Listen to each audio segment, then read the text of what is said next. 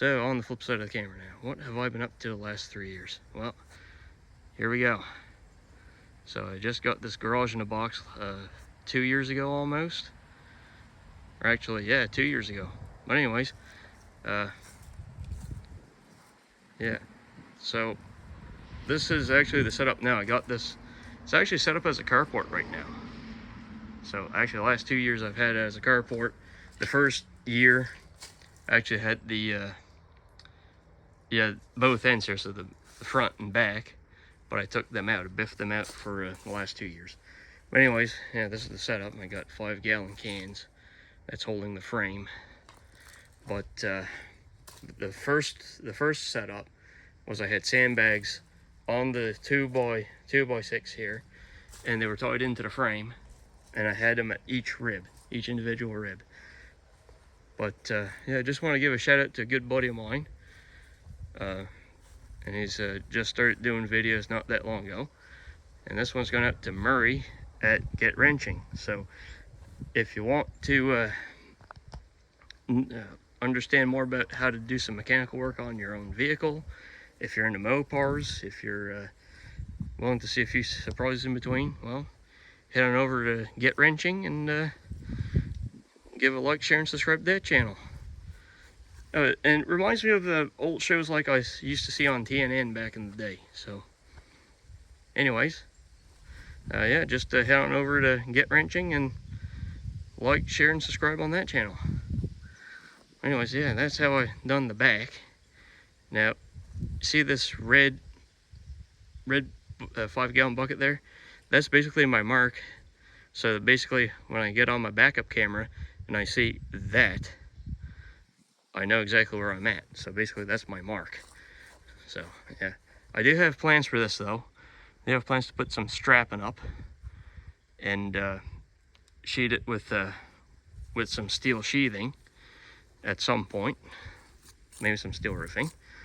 But before I do that, I would probably put I'd probably arc it out more and put this back up, and then cement at each rib or the whole frame. I'm still sleeping on it, but yeah, for the time being I'm just going to take this down late fall, put it back early spring. So anyways, now usually, now of course on the shed here, I actually put some new lights here. So usually I don't need a professional wire twister per se. Shout out to every electrician out there, they're working their butts off, I'm sure. But yeah, I replaced the lights on the shed with these jam jar lights that you can find at Home Hardware, which is like here in Canada, it's much like Home Depot or Lowe's would be.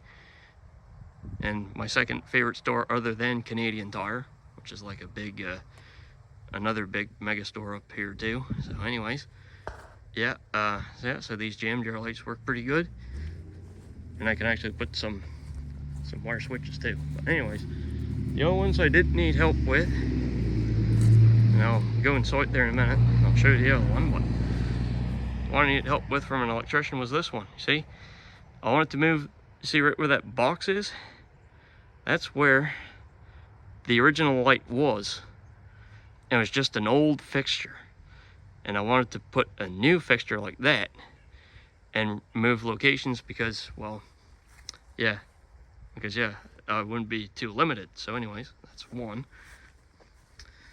And now we're going to go on the inside. This is where my current project is. All right, so apologies for the mess. Apologies for the mess. Oh yeah, and I actually replaced these there for the driveway lights and for lighting up towards my garage shelter. So yeah, this is for the I actually put these lights in because they were floodlights before. Now this is where my current project is.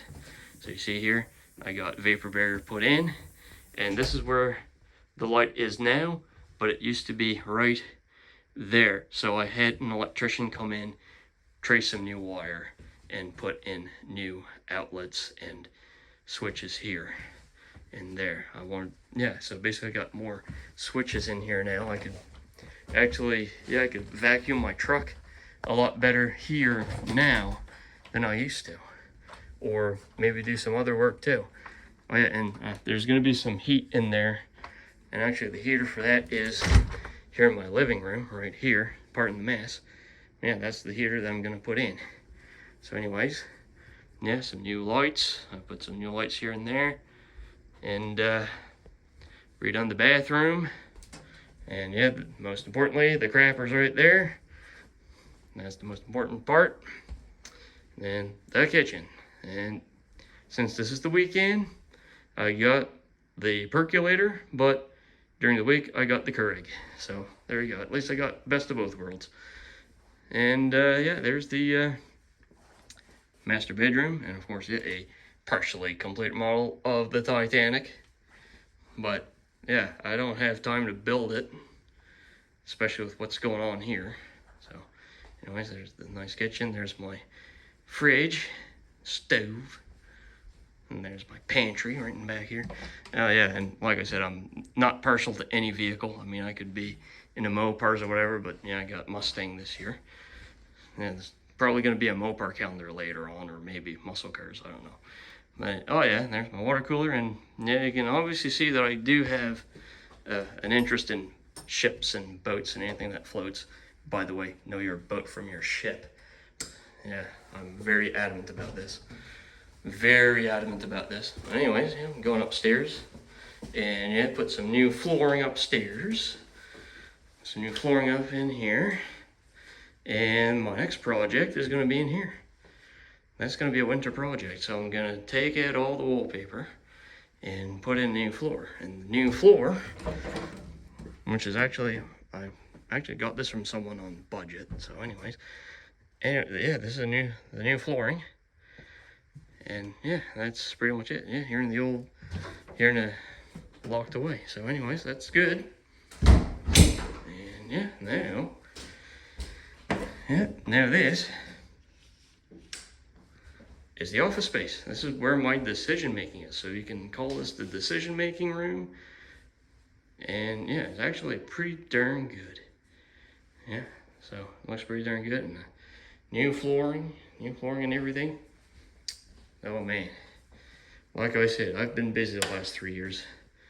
And yeah, I didn't want to bore anyone by having all these videos put up of just doing these projects. So anyways, that's just what I've been doing the last couple of years anyways. So anyway, hope you enjoy it, and until the next one, take her easy.